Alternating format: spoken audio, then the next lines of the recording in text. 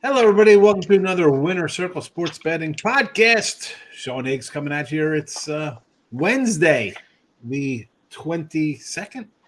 Here we go. In January, coming to an end. Brian Bitler and Matt Fargo, as always, joining me here for a little college basketball free pick edition. Now, before we get to our free picks here today, hit the like, subscribe, notification bell on so you know each and every day we roll out here with our free pick video, college hoops, NBA, any NFL, which we will do on Friday for Football Friday. After that, it's just probably strictly hoops. I'm going to be honest with you. I'm not going to be doing hockey. Sorry. College basketball and NBA. That's what you're going to get from me. Unless we got something on the side from the hockey guys that do individual shorties and stuff like that. But like, subscribe, notification bells on here on the Winner Circle YouTube channel. Football Friday will be wrapping up, but we'll turn that into some kind of college basketball show for the tournament. So you don't want to miss out on those. Again, these are the free picks. Me and Matt yesterday 1-1 in our college basketball. 12-8 with our free picks here on the show. But you want the premium stuff where all the goodness, like the cream rises to the top, head on over to gamblersworld.net. Brian Bitler, here he is. He's with us. He's number one in the money here on the site. I happen to be number two, not having a bad college basketball year. But we got all sports there. We got NBA. We got hockey. Again, 3 games of NFL left, strictly hoops and hockey, pretty much going forward till the Major League Baseball season starts up, which we're all pumped up about. Billy Wagner, not a Hall of Famer. Maybe we'll touch about that in the show. But you got your $99 college hoops pass. Go get it. Go get it. I'm not one to brag. I'm 197, 148 in college hoops. I like college basketball. Then again, I have 10 NBA. It just happens that way. Daily pass is $69.99. 3, 7, 30-day packages guaranteed. Go get it. We don't show a profit. We credit you back. It is all that simple. Support the show, the channel, your favorite cappers. Get on board for a deal and start putting money in your pocket. Brian Bitler, I'm going to start with because I had Matt yesterday. Welcome back to the show. Hope you're keeping warm up there. I know it's a little chilly, perhaps some snow. How was your weekend?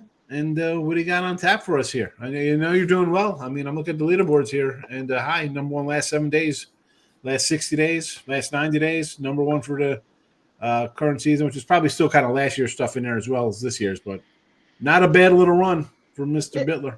It's all about putting up a profitable day one after the other. Yesterday was 3-2. You know, I can't complain about that. And as far as the temperature goes, I hate the cold, but really nowhere to escape it unless you're going to go down to Miami or southern tip of Florida. But hoping to keep it rolling forward, having a good college basketball season, hitting around 61% of the season. So hopefully we can keep the momentum going forward today as a nice little card out there. There you go. From Brian Bitler, check him out at the gamblersworld.net website for all his premium action. Matt Fargo, he's happy about Santander, probably wants a little more for the Blue Jays. What do you say, Matt? How are you? What's going on? Yeah, I hear you on that. Good. Coming off a break-even Tuesday, 4-3 in college hoops. Lost my one NBA play on Orlando, which blew a big lead, which is typical in the NBA these days, it seems like. But I got a strong card tonight with 5 college hoops winners and 3 NBA plays. So we're looking forward to that. And yeah, I was responsible for the free pick loser yesterday on UConn. They were also a premium play. You know, they had their chances. They're up 8-9 early in the first half, and you know, could have blown it open, but you know, Butler made the adjustments in the second half, came back, and you know, forced overtime, and UConn snuck one. It was one of those games where I was watching it in and out, and I couldn't watch because of Danny Hurley. I was going to say, the minute that guy says, "Don't turn your back on me, I'm the best coach in the conference," right, you knew you had a loser on your hand. At that point, you're taking Butler money line. You're right. It's like, oh, Hurley. Like it's comical. He's like a child. I mean, listen, his old man was a great coach at St. Anthony's, you know, Jersey City. Great job. And he's got that little – you can't pull that crap though now. It's not – I know. What are you doing? What are you doing, Hurley? But that's a whole nother discussion. Big East basketball as a whole. Although the ESPN 30 for 30, Big East Requiem, did you guys see that one? Where they yeah. That's a great 30 for 30 by those guys. Yep. Top five for sure. Yeah, that is a great one. Speaking of top fives, we got a Hall of Fame vote yesterday. Ichiro, well deserved. The guy didn't have. I mean, someone posted on Twitter, guys like their most hits before their like age 27 season, who are 3,000 hit guys, and it was like Ichiro had 0. Like, and then I think Wade Boggs was the least at like 500 something. Deserving. CC, in 1995, you see those numbers, probably not a Hall of Famer. Today's day and age, the guy was a beast, gamer, playoff guy, just a workhorse. I get it. Billy Wagner. Are you kidding me? With a 10 postseason ERA, I don't think he ever led the league in saves. Always good. That's what we're putting in here. Just guys who had a great little run. Then you know what? My Don Mattingly rookie card should be worth $1,000 because that guy, no one was better in baseball for like 4 years than that guy. Well, how is he in there? And you want to give Beltran? Beltran's on the cusp. That guy was a cheater and probably a steroid guy as well as A-Rod. I mean, if you're going to say A-Rod's a steroid guy, you got to say he's a steroid guy. How is he on the cusp of getting in? Chase Utley, Jeff Kent was better than him. He's not even on the boards. Andrew Jones can't get a sniff. And they're talking about Bobby Abreu, who, again, I don't think Bobby Abreu Hall of Fame. I think I love Abreu. He's on your team. You love it. Guy gets on base, drives a runs, hit doubles. Super. Oh, I don't know. That's my baseball rant. Brian, you got anything to say about baseball? I don't know. You're hurting my heart there. Chase Utley, always my favorite player. I wouldn't get the hell out. He's not a Hall of Famer. In my young adult. And you know what? Chase Utley was good on both sides. He was great defensively. He was a really good clubhouse guy. I know you don't vote for Hall of Fame based on the clubhouse, but Chase Utley, it's just a consistent 300 hitter with 30 home runs, 100 RBIs year after year. Phillies, went to the World Series against the Yankees and had a World Series winner with Chase Utley. Billy Wagner's lifetime stats might not be good in the postseason, but a 2.31 ERA, how many saves? 422 career saves. 27.7 wins above replacement. I don't know. I like Billy Wagner, but I hate the WAR stat. I saw a WAR stat that said like Ben Zobrist was better than Ryan Howard in his MVP year. You gonna agree with that? Would you rather have Ben Zobrist or Ryan Howard? Well, Ryan Howard though was a one-trick pony. He's a guy that hit home runs and he played terrible on defense. Couldn't run the bases. I'm just saying. Would you rather have Ben Zobrist or Ryan Howard for your career? Ryan Howard, but okay. I'm playing devil's advocate. But by their measure, Ben Zobrist is a Hall of Famer and Ryan Howard's an also ran. Yeah. I like Chase Utley. I think he deserves it. I get it. But if you're going to put Utley in there and they're going to make a thing, well, Jimmy Rollins as well, Chet Lemon and Lou Whitaker, and Alan Trammell should both be in. We got different parameters now. It's not hitting 3,000 hits. Exactly. They bring up this ridiculous WAR nonsense. That is just a crap stat. That is terrible WAR. That's for the younger guys, the WAR. But yeah, well, that's who. I mean, these clowns. Oh, I'm not going to vote for Ichiro. I mean, really, you were a guy who played baseball in the 80s, and you were like the second half guy. Remember in the minor, like you play Little League baseball, and it was like a 6-inning game, and you joined up. So you had a lot of guys on your team. So there was kids who played like half the first 3 innings and the last 3 innings because they weren't good enough to start. Like that's who the sports writer guy is. He's the guy who played like the last 3 innings. He was terrible. He couldn't make a team, and then he's in here. Well, you know what? You can't just be the first guy in there. That's just the rules. Like, what the hell are you talking about? You should people should still be putting you in a locker, or in this case, putting you in a chest or something. I don't know if they have lockers anymore. You hang your jacket behind your chair. How do you not? Ichiro is the first ballot Hall of Famer, no doubter. Yep, definitely one of my favorite players ever. Just a pure hitter, kind of like Pete Rose. Exit velocity nonsense. Oh, look at the spin on this thing. Really, the spin? Okay, that makes you a Hall of Famer. Listen, I like Chase Utley too. Anything to add before we move on? I'm a Chase Utley fan, but Hall of Famer. I mean, Hall of Good. Hall of Very Good. Is it the Hall of Statistics? Like, what is it? Hall of Fame, Hall of Statistics, or a Hall of really good? Like, what is it? I don't know what it is. I don't know what it is anymore. Honestly, I don't know. I think it's been tainted like the last couple of decades. I think they're letting, like you said, too many people in. Great players, don't get me wrong, but Hall of Fame is, you look at some of the players that were enshrined, a long time ago. These are the all-time greats. I don't consider Billy Wagner an all-time great. I mean, I like Harold Baines. Is he a Hall of Famer? No. He's a Hall of Compiler. No. What about Dave Parker? Dave Parker just got in, right, for the Vendors Committee or whatever it's called now. Like, does he deserve it? I mean, I'm looking at his numbers right now. 290 average, good, very good.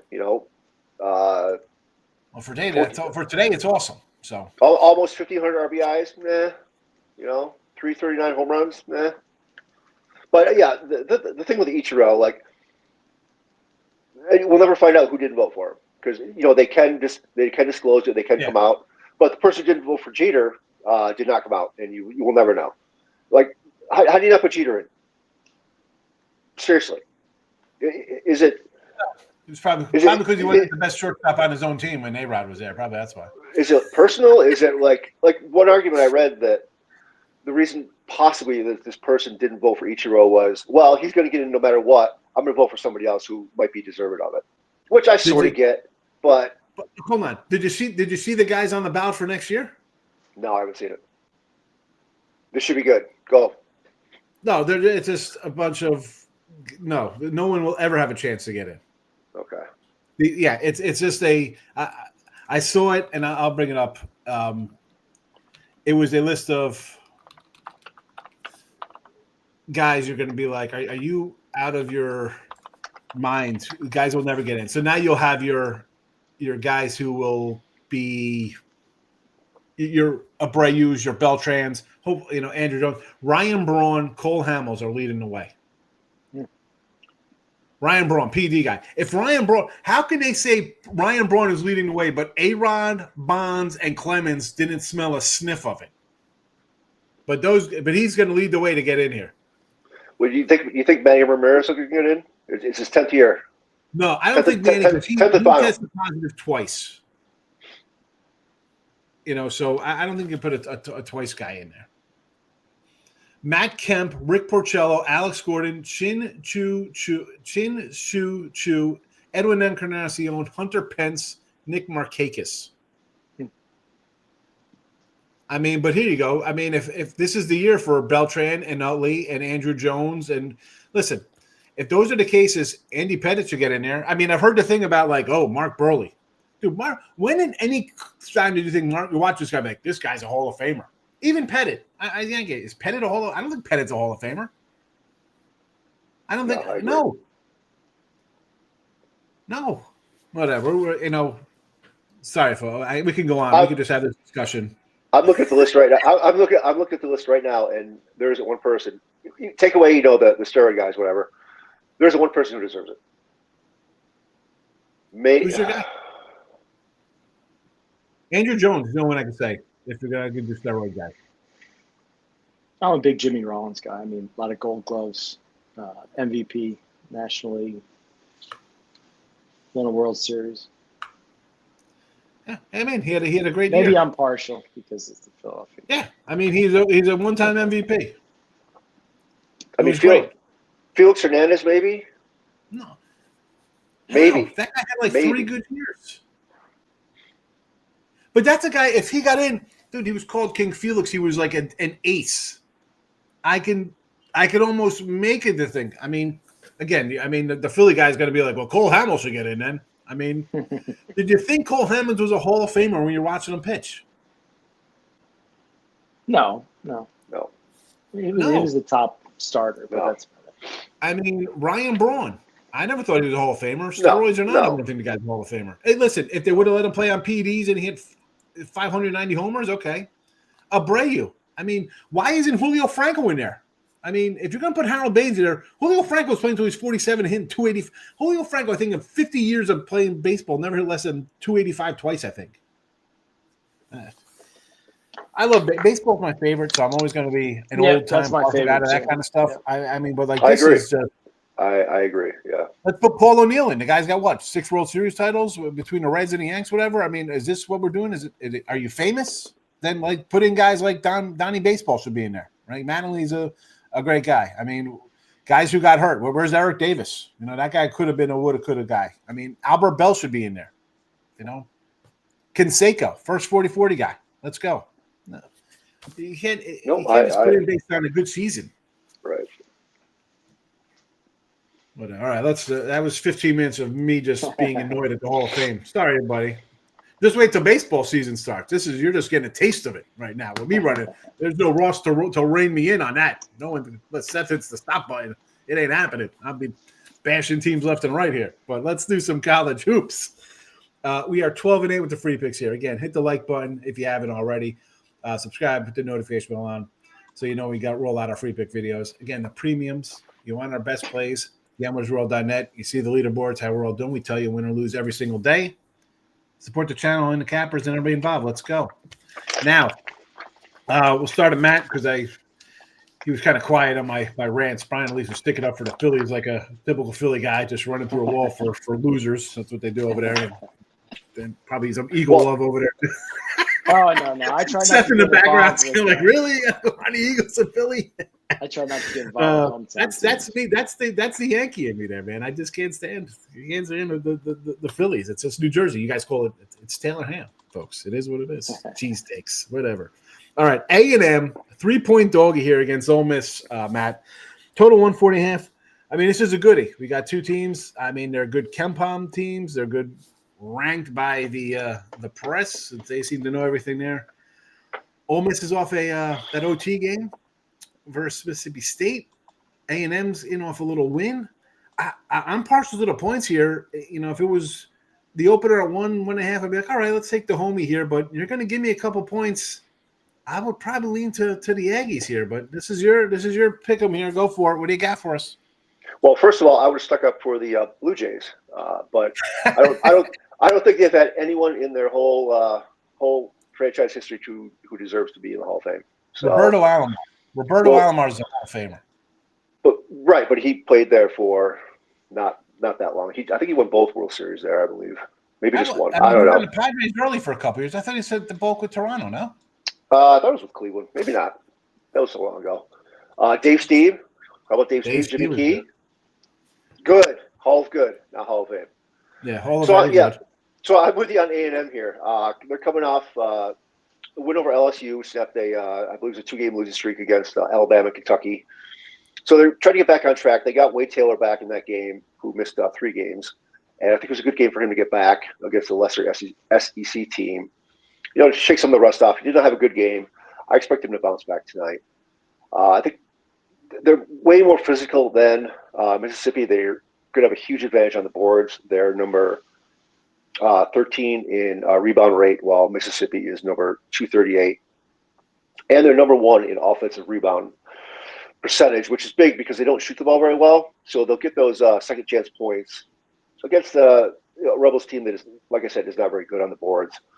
And they're coming off that loss against their rival, Mississippi State, on Saturday in overtime. They're riding a 5-game ATS winning streak, which I think we're getting value because of that. I like to go against that. I have this number at 2, and right now it's 3 across the board. Most places, maybe you can catch a 3.5. So I think there's some value there.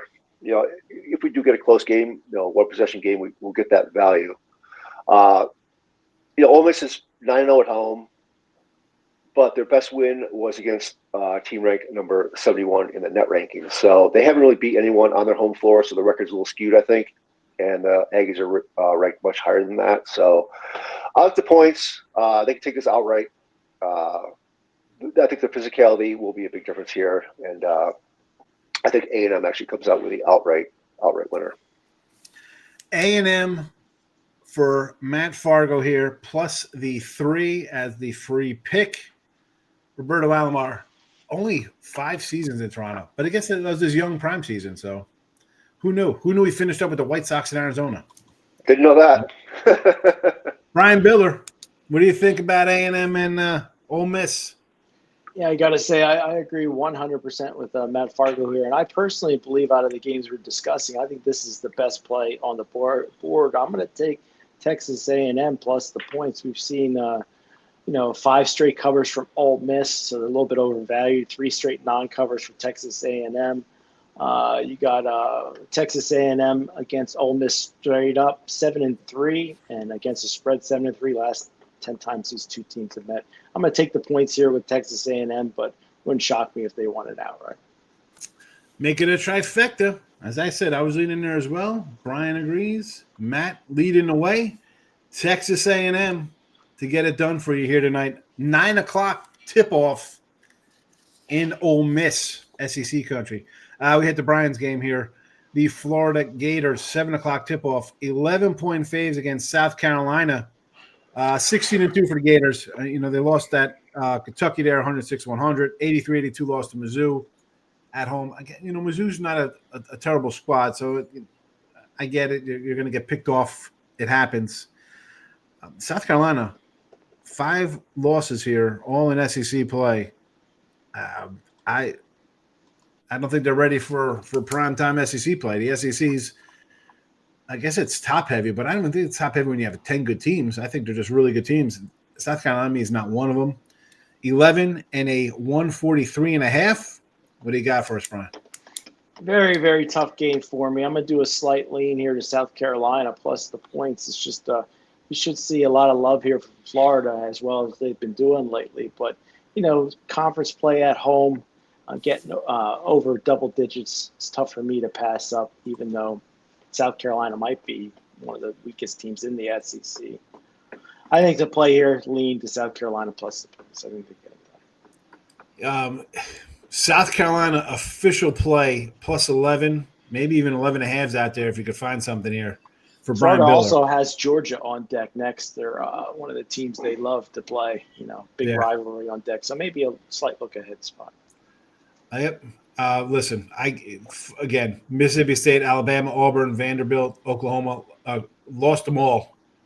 I don't want to say lay 11s, but South Carolina is definitely the old proverbial hold your nose kind of play there and hope for the backdoor late run there to get inside the number for me at least there. Matt, what do you think about South Carolina and Florida? Yeah, I agree. This is the holy nose play for sure. I definitely lean with South Carolina if I had to play this game, which I'm certainly not. But Brian brought up a good point about Florida having Georgia on deck. I think that's kind of a big angle here. Look at them; they have Tennessee right after that. South Carolina 0-5 in the conference. Their season's probably pretty much done already. But, the one game they had at home against Auburn, they had a chance to win that game. And, they're getting 16.5. They only lost by 3. So they can show up. Coming off 2 straight road games, back home. They're decent 8-3 at home. I think they can stay within the number. I see like a 8-point win for Florida maybe. But, yeah, if I had to play it, I would lean the Cocks.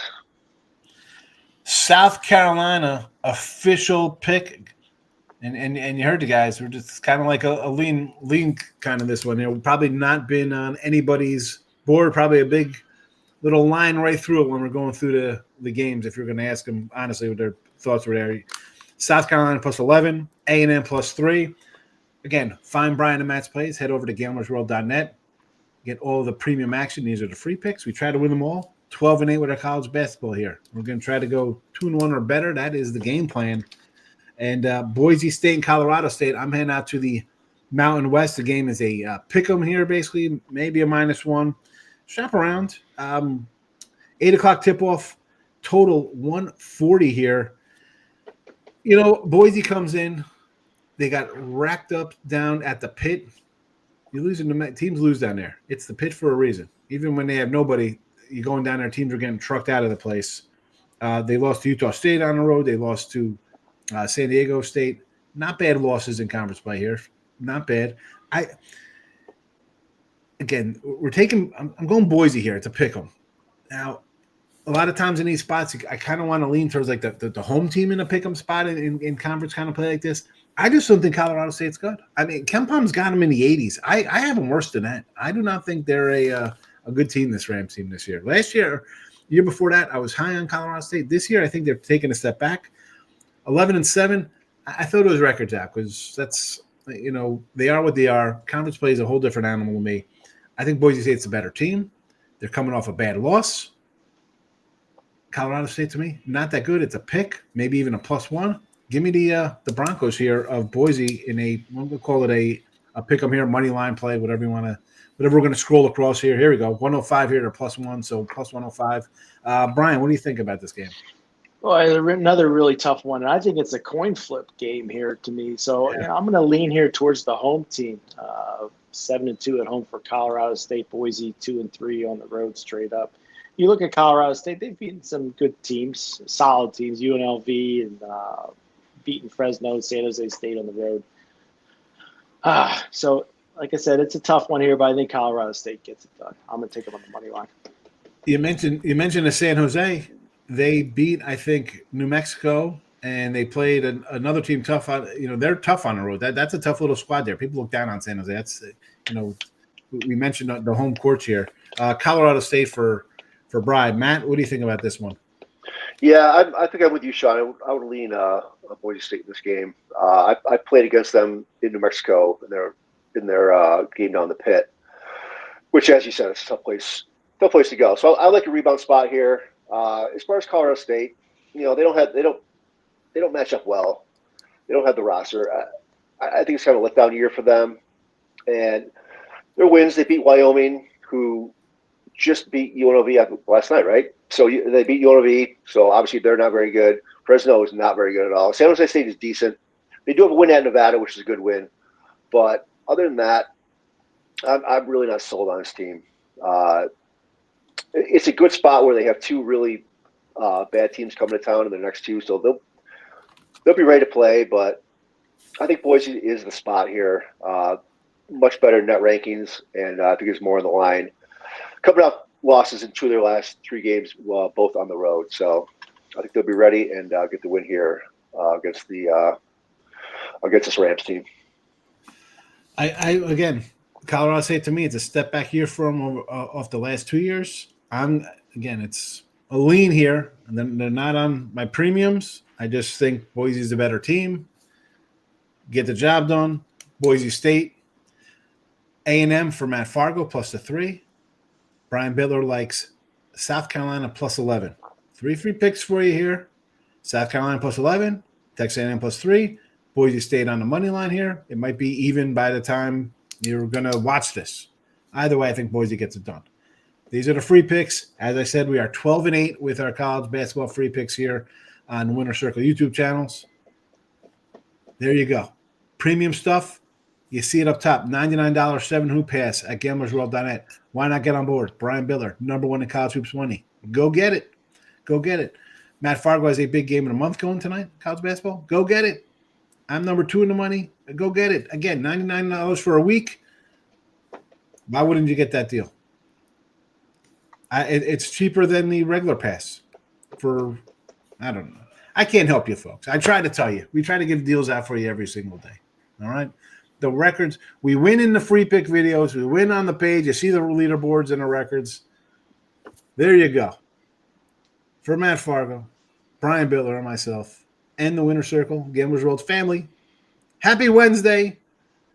Just say no to Billy Wagner and any Philly propaganda you hear. We'll be back tomorrow. Some NBA. Good luck, everybody. Take care, guys.